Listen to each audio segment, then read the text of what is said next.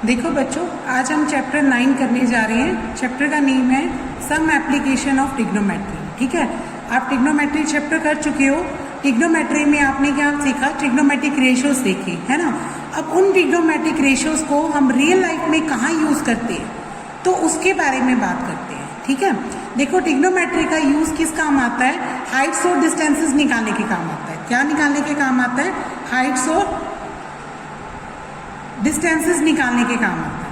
ठीक है, तो इसके बारे में बात करते हैं। तो देखो यहाँ पे हम क्या करते हैं कि दो तरीके से हम किसी शेप को देखने की बात कर सकते हैं। जैसे ऐसा हो सकता है कि आप नीचे से किसी शेप को देखेंगे, या फिर आप क्या करते हैं ऊपर से किसी शेप को देखेंगे। जैसे अगर मान लो आप नीचे से यानी ग्राउंड पे खड़े हो और आपने किसी सामने कोई बिल्डिंग है और उसके टॉप को देखना है। ठीक है, तब हमारे पास क्या होता है, जब हम नीचे से ऊपर की तरफ देखते हैं तो हमारे पास क्या बनता है? Angle of elevation. तब जो एंगल, जिस एंगल से देखेंगे तो उस एंगल को नाम क्या देंगे आप? Angle of elevation. ठीक है, ये क्या अपना हॉरिजॉन्टल लेवल, यानी ये अपनी सीधी धरती है। ये क्या है? Horizontal level. ठीक है, और जिस लेवल से आप देख रहे हो वो क्या बनेगी? अपनी लाइन ऑफ साइट। ये देखने वाली लाइन है, ये क्या? Line of site. जिस ऑब्जेक्ट को देख रहे हो वो ऑब्जेक्ट अब ऊपर है, क्योंकि आप कहाँ से देख रहे हो? नीचे से उस ऊपर देख रहे हो। तो जो एंगल बनेगा वो क्या कहलाएगा? Angle of elevation. ये क्या कहलाएगा? Angle of elevation.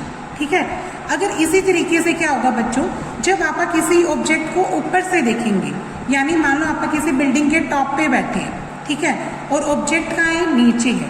ये हॉरिजॉन्टल लेवल है ना। तो ये क्या है? अपनी हॉरिजॉन्टल लेवल।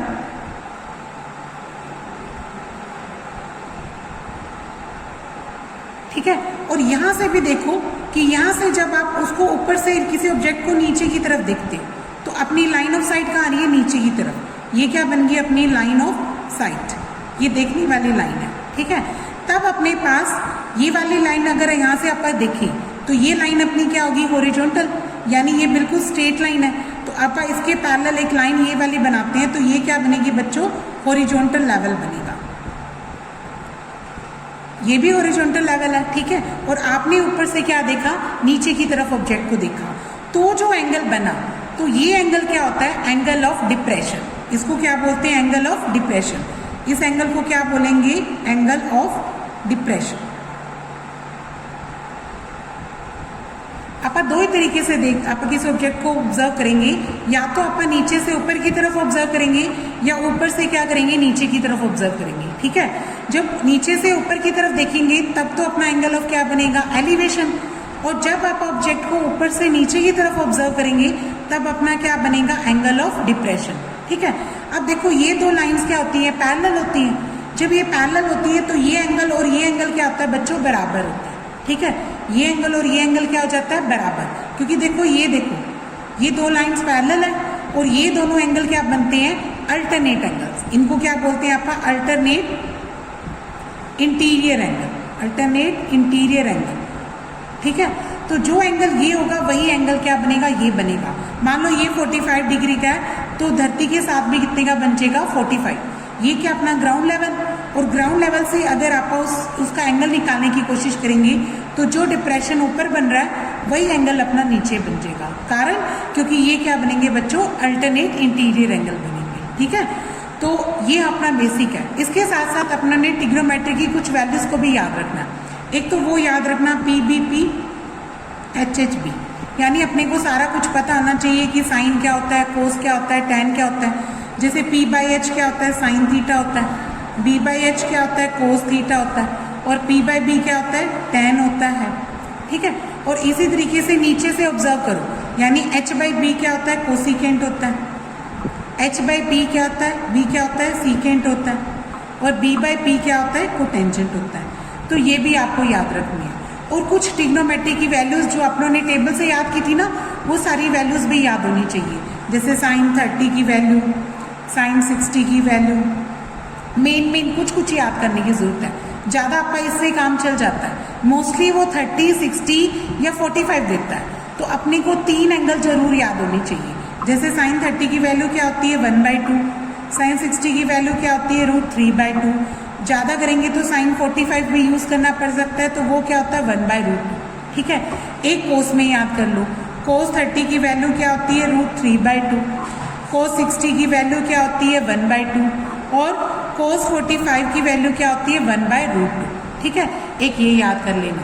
एक tan में याद कर लो, tan 30 की वैल्यू क्या होती है 1/√3, tan 60 की वैल्यू क्या होती है √3 और एक tan 45 की भी याद कर लो, tan 45 की वैल्यू क्या है 1।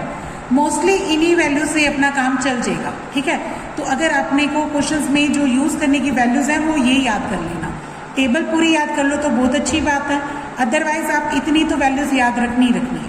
इन सभी वैल्यूज़ का हमें क्वेश्चन में यूज़ करना है। ठीक है, एक्सरसाइज 9.1 कर रहे हैं बच्चों। देखो पहले स्टेटमेंट पढ़ो क्या कहता है। देखो फर्स्ट क्वेश्चन में क्या कहता है, a circus artist is climbing a 20 metre long rope. एक सर्कस आर्टिस्ट है, वो 20 मीटर लॉन्ग रोप पे चल रहा है। ठीक है, which is tightly stretched and tight from the top of a vertical pole to the ground. वो पोल से ग्राउंड तक बिल्कुल टाइट बांध कर रखी है उसने। ठीक है, तो हमें क्या फाइंड करना है, फाइंड द हाइट ऑफ पोल। हमें पोल की हाइट निकालनी है if angle made by the rope with the ground. Angle जो बन रहा है ग्राउंड के साथ वो क्या बन रहा है 30 डिग्री का। देखो इसको डायग्राम कैसे बनाएंगे, ये है हमारा पोल। ठीक है, और ये क्या है रोप। रोप कैसे बांधी हुई है, एक तो टाइटली अपने को उसके टॉप पे और ग्राउंड पे किसी भी पोर्शन से बांध रखी है उसने, और बिल्कुल टाइट बांध रखी है बच्चों, इसमें बिल्कुल भी ढील नहीं है, एकदम टाइट। और उसके बाद अपने को क्या कहता है, ये अपना हॉरिजॉन्टल लेवल हो गया, ये धरती हो जाएगी, ग्राउंड लेवल हो जाएगा। जैसे अगर आप इस पिक्चर में नाम दें, ये बन गया अपना ABC, ये क्या है अपना पोल और ये क्या है अपनी रोप। रोप की लंबाई हमें दे रखी है, लेंथ कितनी दे रखी है 20 मीटर।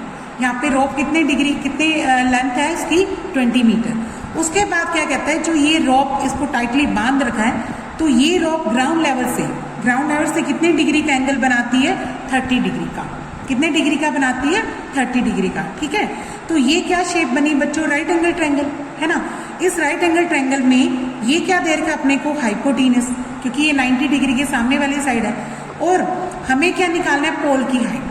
और पोल क्या बनेगा अपना परपेंडिकुलर बनेगा। पोल क्या बनेगा परपेंडिकुलर, तो हमें परपेंडिकुलर की वैल्यू निकालनी है। ठीक है, तो हम कोशिश करेंगे कि क्या कौन सा ट्रिग्नोमेट्रिक फार्मूला लगा सकते हैं, यानी कौन सा रेशियो यूज करेंगे। देखो एक H पता है, P आपको फाइंड करना है, तो P और H से रिलेटेड आप क्या बनाएंगे, फार्मूला बनाएंगे, है ना। तो देखो सबसे पहले आप क्या लिखोगे, सबसे पहले ये कौन सी ट्रायंगल है ABC। अपने ट्रायंगल का नाम बना लिया ना, इन ट्रायंगल ABC जो एंगल B है वो क्या है हमारा 90 डिग्री। ठीक है, उसके बाद बता दो AB क्या है बच्चों, हाइट ऑफ पोल। ये पोल की लंबाई है, पोल ऊपर खड़ा है ना, तो इस पोल की लंबाई है, इसको क्या लिखेंगे लेंथ ऑफ पोल, इसको लेंथ ऑफ पोल लिख दो। ठीक है, और AC जो आपको दे रखी है वो कितनी देर की है 20 मीटर। AC कितनी देर की है 20 मीटर। ये क्या है बच्चों लेंथ ऑफ रोप, ये क्या है लेंथ ऑफ रोप, ये रोप की लंबाई है। दो बातें होगी। तीसरा अपने पास एंगल दे रखा है वो लिख दो, एक एंगल दे रखा हमें ACB is equal to 30 degree. ठीक है, अब हम अपने को जो दे रखा है और जो निकालना है उसका यूज करो और देखो कि कौन सा ट्रिग्नोमेट्रिक लग सकता है। देखो P और H, P/H क्या होता है सबको याद होना चाहिए, ये होता है हमारा sin 30। P/H क्या होता है sin 30। यहाँ पे परपेंडिकुलर क्या बनेगा AB और हाइपोटेनियस क्या बनेगा AC, और उसकी वैल्यू कितनी देर की है बच्चों 20, वो भर दो। sin 30 की वैल्यू सबको याद होनी चाहिए, टेबल में से याद कर लो, अदरवाइज मैंने अभी भी लिखवाई है। sin 30 क्या होता है 1/2। अब यहाँ से AB तो यहीं छोड़ दो, ये जो 20 है वो ऊपर जाके क्या हो जाएगा मल्टीप्लाई ना, तो ये बन जाएगा 20/2। 20 से काटोगे तो कितना आ जाएगा 10 मीटर। और AB है क्या अपनी हाइट ऑफ पोल। ठीक है, तो AB की वैल्यू क्या आ जाएगी हाइट ऑफ पोल, तो हमारा हाइट ऑफ पोल कितना आ गया यहाँ पे 10 मीटर। ठीक है, अब पढ़ो सेकंड क्वेश्चन। सेकंड क्वेश्चन में क्या कहता है बच्चों, देखो पढ़ो। A tree breaks due to the storm. एक ट्री है वो स्टॉर्म की वजह से क्या हो गया ब्रेक हो गया, और ब्रोकन पार्ट है वो बेंड हो गया, so that top of the tree touches the ground making an angle 30 degree. जो टॉप से जो अब टच कर रहा है जमीन को वो कितने डिग्री का एंगल बना रहा है ग्राउंड के साथ 30 डिग्री का। Distance between the foot of the tree, तो distance between the foot of tree to the point where the top touches, वो क्या दे रखा है 8 मीटर, ठीक है। और हमें क्या निकालनी है, हाइट ऑफ ट्री। देखो कैसे कहता कि देखो पहले अपना ट्री ऐसे खड़ा था, ठीक है, कहीं से बीच में से कट गया बच्चे, टूट गया स्टॉर्म की वजह से, और ये वाला हिस्सा टूट के कहाँ लग गया, ऐसे जमीन के साथ लग गया, है ना। पहले तो मान लो ए बी ट्री ऐसे खड़ा था और यहाँ पे था वो हिस्सा, फिर ये हिस्सा टूट के कैसे लग गया बच्चे, नीचे लग गया, यानी सी पॉइंट कहाँ पहुंच गया, यहाँ पहुंच गया, ठीक है। और ये अपना क्या है, ग्राउंड लेवल है। तो वो कहता जो हिस्सा टूट के नीचे लगा, वो टूटा हुआ हिस्सा धरती के साथ यानी ग्राउंड के साथ कितने डिग्री का एंगल बनाता है, 30 डिग्री का बनाता है, ठीक है। और जो टचेस द ग्राउंड यानी टॉप जो इसको टच कर रहा है और जो इसका फुट है वो आपस में कितनी दूरी पर है, 8 मीटर की डिस्टेंस पे है। कितनी डिस्टेंस पे है, 8 मीटर की। हमें पूछा गया है कि ट्री की लेंथ क्या होगी। तो देखो ट्री तो ए बी और बी सी दोनों का जोड़ है ना, क्योंकि यही बी सी हिस्सा टूट के जमीन के साथ लग गया, है ना। तो हम इसमें दो चीजें निकालेंगे, एक तो निकालेंगे ए बी और एक क्या निकालेंगे बी सी, ठीक है। ये क्या अपना बेस, ये क्या अपना परपेंडिकुलर, और ये क्या होता है हाइपोटेन्यूस। तो हमें P की वैल्यू भी निकालनी पड़ेगी और H की वैल्यू भी निकालनी पड़ेगी। देखो आप P और B का यूज करके तो आप P निकाल लेते हैं, और B और H का यूज करके आप H निकाल लेते हैं, फिर दोनों को ऐड कर देंगे, अपना आंसर आ जाएगा, है ना। तो देखो आप सबसे पहले क्या लिखते हैं, इन ट्रायंगल ABC, ABC में B क्या, A क्या है अपना 90 डिग्री, एक तो लिख दो A क्या बन जाएगा 90 डिग्री, उसके बाद लिख दो AB प्लस BC।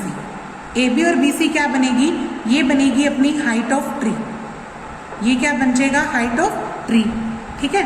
और ये जो डिस्टेंस दे रखी है वो लिख दो, AC इज इक्वल टू क्या दे रखी है 8 मीटर, ये क्या है डिस्टेंस बिटवीन फुट एंड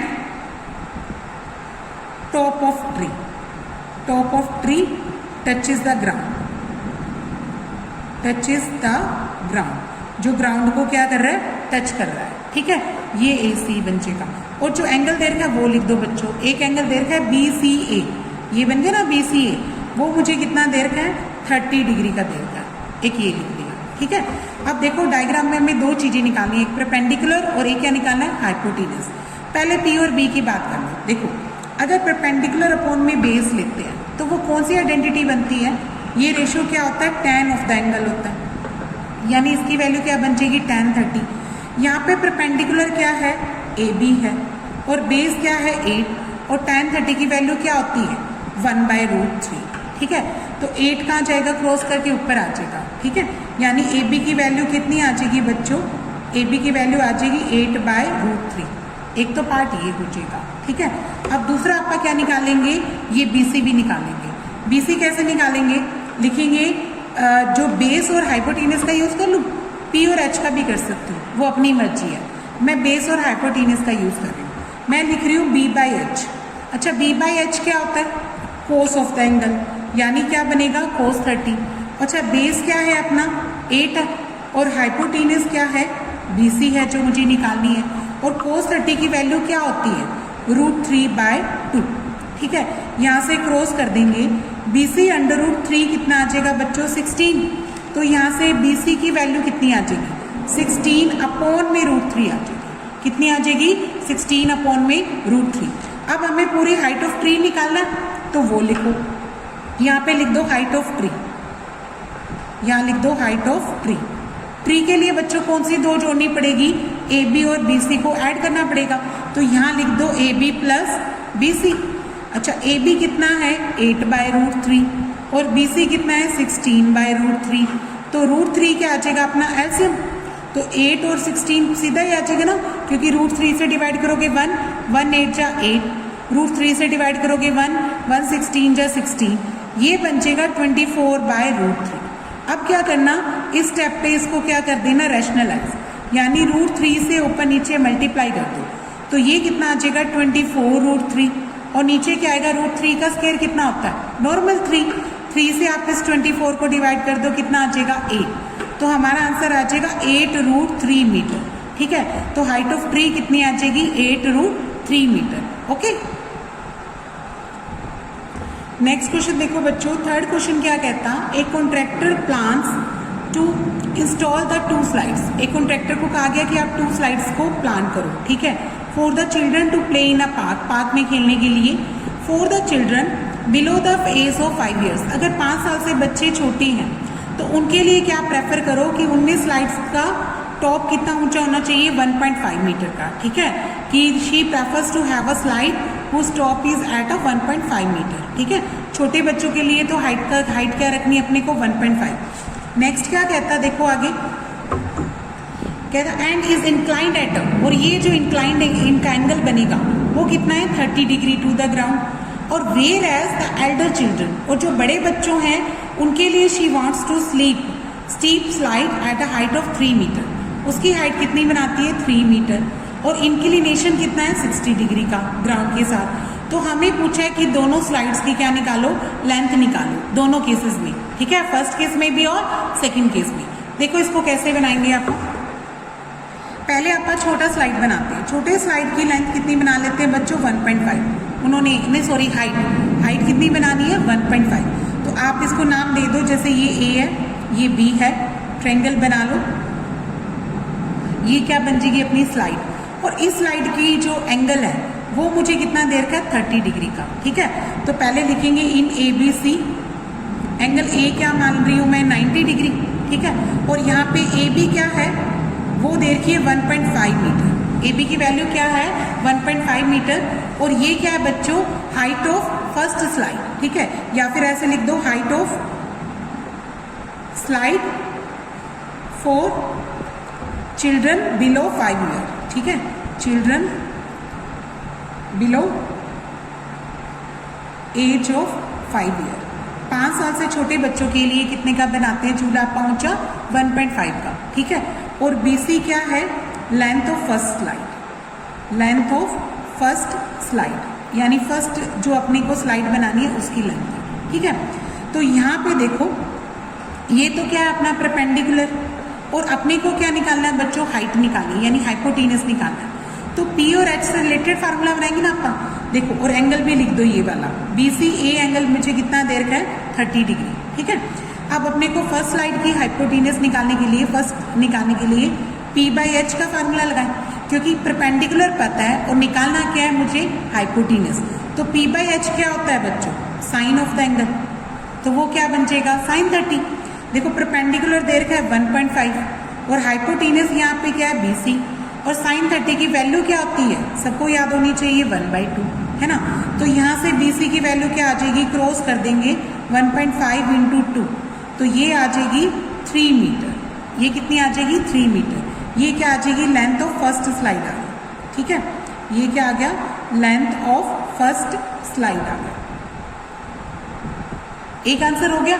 अब मुझे सेकंड आंसर निकालना है, उसके लिए क्या करते हैं, फिर से एक डायग्राम बनाओ। इस बार झूला क्या करना है, थोड़ा और ऊंचा बना देना, ठीक है। इसका नाम रख देती हूँ मैं PQR, और यहाँ पे Q 90 बन जाएगा क्योंकि हाइट हो जाएगी, और ये मुझे 3 मीटर देता है। यहाँ पे भी अपने को क्या निकालना है, हाइपोटेनस। ये क्या बनेगा बच्चों, अपना परपेंडिकुलर, ठीक है।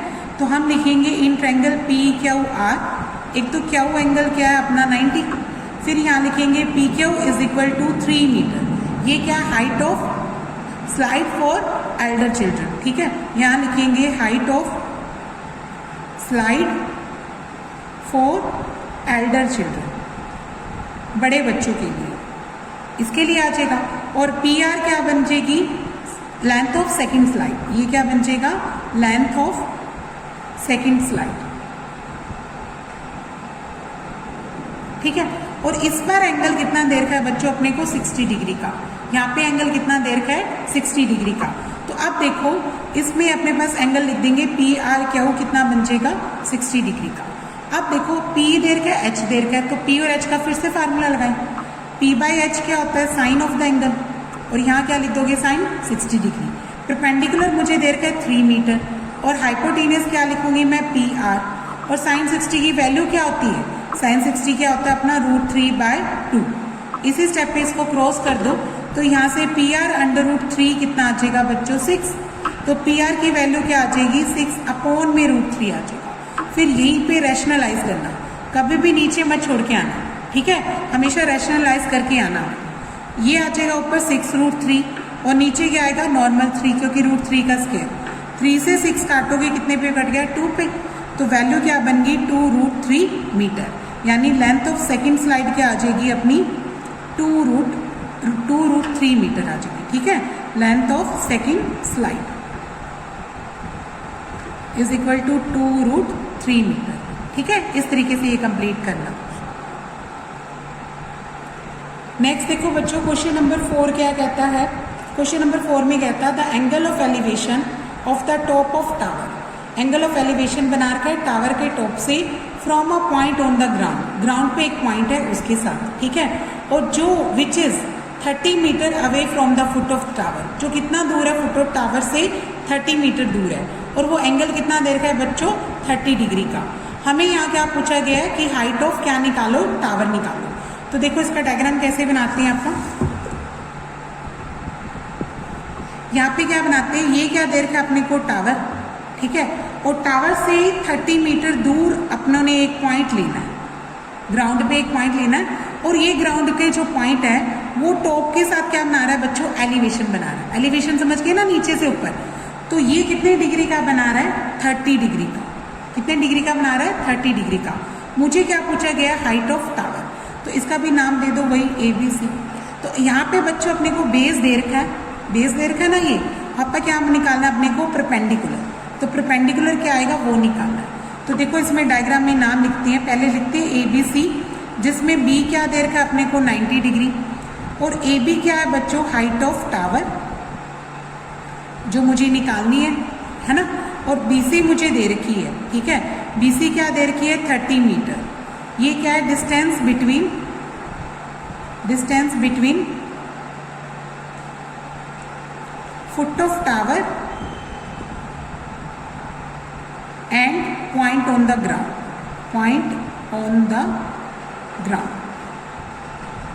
ठीक है, उसके बाद एंगल जो दे रखा है वो लिख दो। एक एंगल ACB दे रखा है, वो कितने डिग्री का दे रखा है 30 डिग्री का।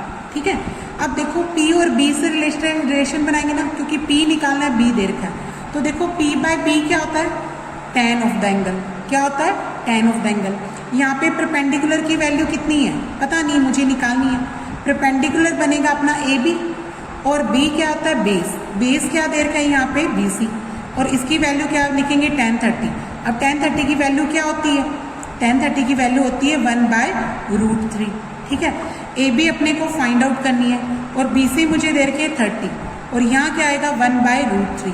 फिर 30 आप ऊपर ले जाएंगे, तो ये क्या बन जाएगा AB इज इक्वल टू 30/√3। तो इसको भी सही यहीं पे रैशनलाइज कर दो। ये कितना बन जाएगा 30√3, और नीचे क्या बनेगा नॉर्मल 3। अब क्या करेंगे आप 3 से इस 30 को काट देंगे, कितने पे कट गया 10 पे, यानी AB की वैल्यू कितनी आ जाएगी 10√3 मीटर आ जाएगा। ठीक है, और AB क्या है यहाँ पे हाइट ऑफ टावर। AB की वैल्यू क्या है हाइट ऑफ टावर, तो यहाँ पे टावर की हाइट अपनी आ गई। ठीक है, इस क्वेश्चन में इतना ही करना है। इसके साथ देखो क्वेश्चन नंबर 4 पढ़ो। देखो बच्चों क्या कहता है, यहाँ पे कहता a kite is flying at a height of 60 metre above the ground. एक काइट है वो 60 मीटर ग्राउंड से ऊपर उड़ रहा है। The string attached to the kite is temporarily tied to a point on the ground. जो स्ट्रिंग मतलब यानी रस्सी होती है ना, धागा जो होता है उसका, तो वो बिल्कुल टेम्परेली टाइट करके उसने किससे बांध दिया ग्राउंड से बांध दिया। इंक्लिनेशन क्या है स्ट्रिंग का, वो हमें 60 डिग्री दे रखा है। तो हमें पूछा गया कि लेंथ ऑफ स्ट्रिंग बताओ, और ये मानते हैं कि कोई भी स्लैक नहीं है। अगर ढील होगी तो बच्चों उसकी लंबाई बड़ी छोटी हो सकती है ना, तो यहाँ पे कोई भी ढील नहीं है, कोई भी स्लैक नहीं है। ठीक है, तो यहाँ पे देखो पहले ये दे रखी है हाइट ऑफ ये काइट यहाँ उड़ रहा है, और इसको ऐसे उसकी स्ट्रिंग को ना नीचे धरती से बिल्कुल ग्राउंड लेवल पे उसको बांध दिया टाइटली, और ग्राउंड लेवल पे इसका जो एंगल है वो मुझे कितने डिग्री का दे रखा है 60 डिग्री का। कितने डिग्री का दे रखा है 60 डिग्री का। ठीक है, और जो हाइट है वो भी मुझे 60 मीटर दे रखी है। हाइट भी कितनी दे रखी है यहाँ पे 60 मीटर। ठीक है, तो इसका भी वही नेम दे दो। पहले ABC बना, पहले लिखेंगे in triangle ABC, angle B कितना दे रखा है मुझे 90 डिग्री। यहाँ पे AB क्या है बच्चों 60 मीटर, वो क्या है हाइट ऑफ काइट। क्या लिखेंगे हाइट ऑफ काइट, काइट की ऊंचाई है। ठीक है। और AC की वैल्यू अपने को निकालनी है, क्योंकि लेंथ ऑफ स्ट्रिंग निकालनी है ना, ये पूछा है अपने को हाइपोटेनस यहाँ पे, ठीक है। परपेंडिकुलर मुझे दे रखा है, तो मुझे AC निकालनी है, वो क्या आएगी, length of string, length of string, length of string निकालनी है। और जो एंगल दे रखा है वो लिख दो, ACB, वो कितना दे रखा है मुझे, 60 डिग्री का, ठीक है। अब देखो क्या करेंगे, P और H से रिलेटेड फार्मूला सोचो। देखो P बाई एच क्या होता है, साइन ऑफ द एंगल, तो यहाँ पे क्या लिख देना, साइन 60 डिग्री, है ना। अच्छा, परपेंडिकुलर कितना है, 60, और बेस हाइपोटेनस कितना है, AC, वो लिख दो। साइन 60 की वैल्यू सबको याद होनी चाहिए, √3/2। फिर इसी स्टेप पे क्रॉस कर दो, तो ये देगा AC √3 कितना आ जाएगा, 120। यहाँ से AC की वैल्यू क्या आ जाएगी, 120 अपॉन में √3। फिर √3 से रैशनलाइज कर दो, √3 ऊपर √3 नीचे, तो ये कितना बन जाएगा, 120 √3, और नीचे क्या आ जाएगा, सिंपल 3 से आप 120 काट दो, कितना बन जाएगा, 40, तो ये बन जाएगा 40 √3 मीटर। ये क्या आ जाएगी अपनी AC यानी लेंथ ऑफ स्ट्रिंग। इसको क्या लिख देंगे अपन, length of string. Length of string कितनी आ गई बच्चों, 40 √3, यही अपना आंसर है। ओके।